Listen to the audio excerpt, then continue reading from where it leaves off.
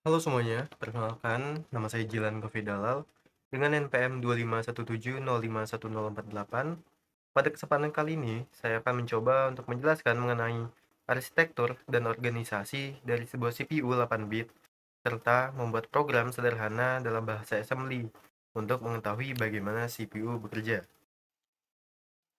Ini saya menggunakan aplikasi Logisim untuk menjalankan simulasi CPU 8 bit buatan PR Ramos tahun 2015.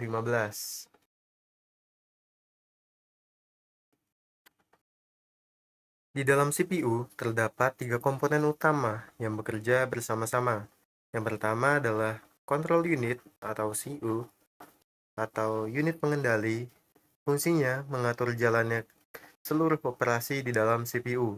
Kedua, ada ALU atau Arithmetic Logic Unit. Fungsinya melakukan operasi perhitungan matematika dan logika. Dan yang ketiga adalah register, yang fungsinya untuk menyimpan data sementara dengan sangat cepat. Jadi, cara kerja singkatnya, CU mengambil instruksi dari memori, diterjemahkan, lalu disimpan sementara di register, kemudian ALU akan melakukan perhitungan dan hasilnya disimpan kembali ke register atau memori. Kembali lagi ke logisim kita. Di sini kita diberikan beberapa pilihan opsi menu. Kita akan mencoba fitur pertama dulu, yaitu mengetes ALU atau ALU testing.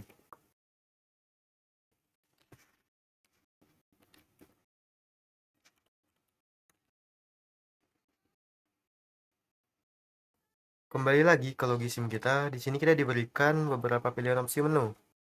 Kita akan mencoba fitur pertama dulu, yaitu mengetes ALU atau ALU testing.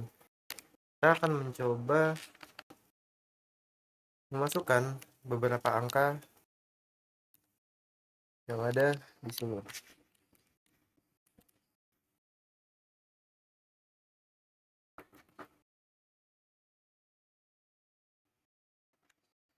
Ya.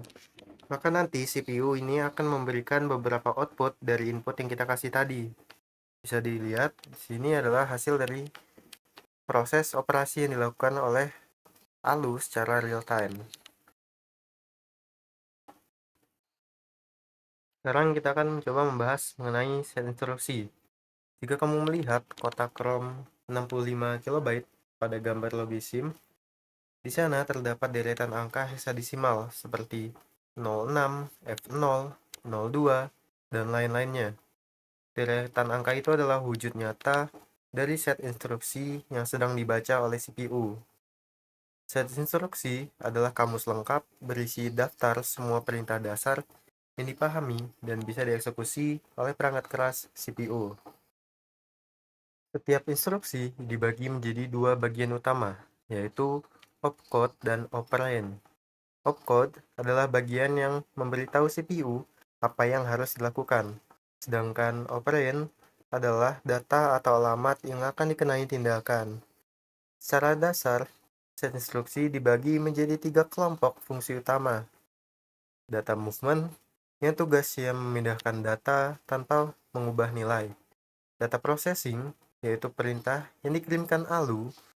Dan terakhir, kontrol untuk mengubah rute bacaan arah program. Lalu, bagaimana informasi dunia nyata diubah menjadi sesuatu yang dimengerti mesin? Seperti pada logisim ini, prosesor dirancang dengan arsitektur 8 bit. Maksudnya, kabel data bus, ukuran laci memori, dan register semuanya hanya muat menampung 8 digit biner sekaligus.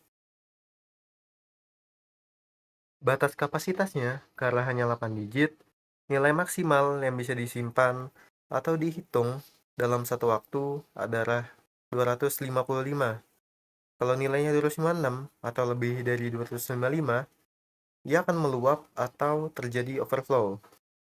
Nah, untuk membaca angka biner yang memusingkan mata manusia, datanya tidak disajikan dengan angka 0 dan 1, melainkan kombinasi heksadesimal seperti 06 atau F0. Kenapa? Karena sangat efisien. Setiap 4 blok digit biner bisa disingkat menjadi satu digit heksadesimal. Lalu, bagaimana prosesor menyimpan huruf seperti huruf A?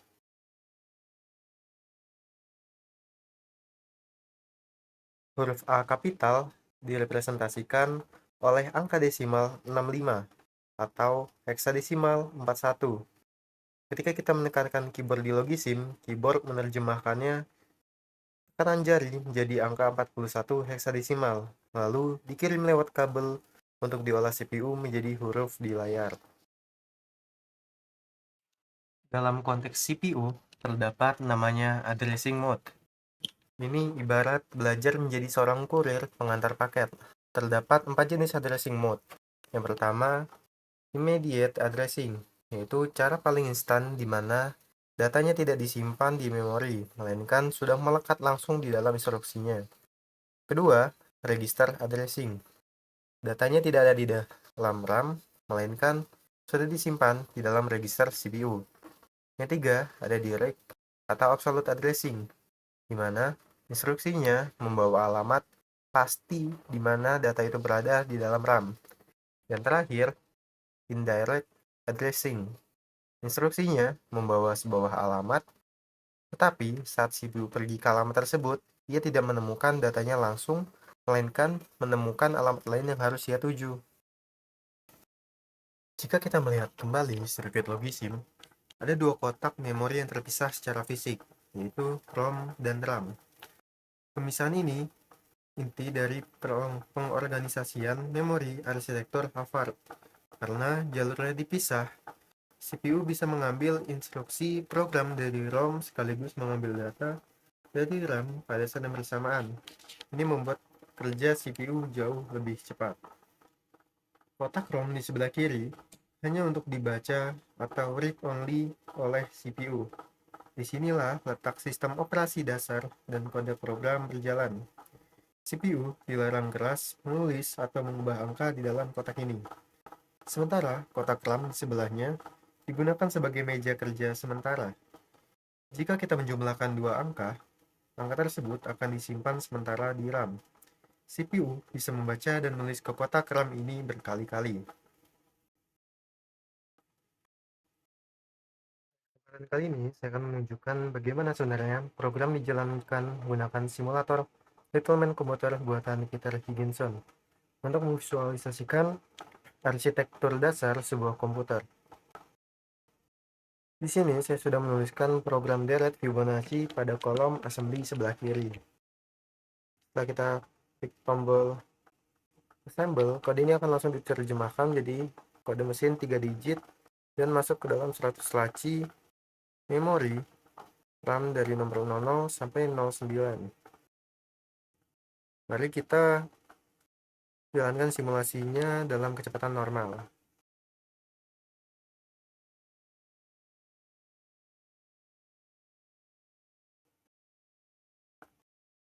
Nah,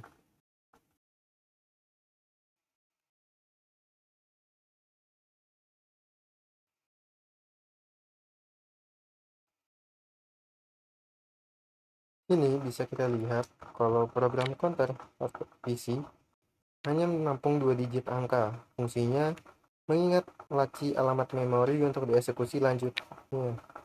Di sinilah nilainya akan otomatis bertambah satu secara paralel saat siklus fetch.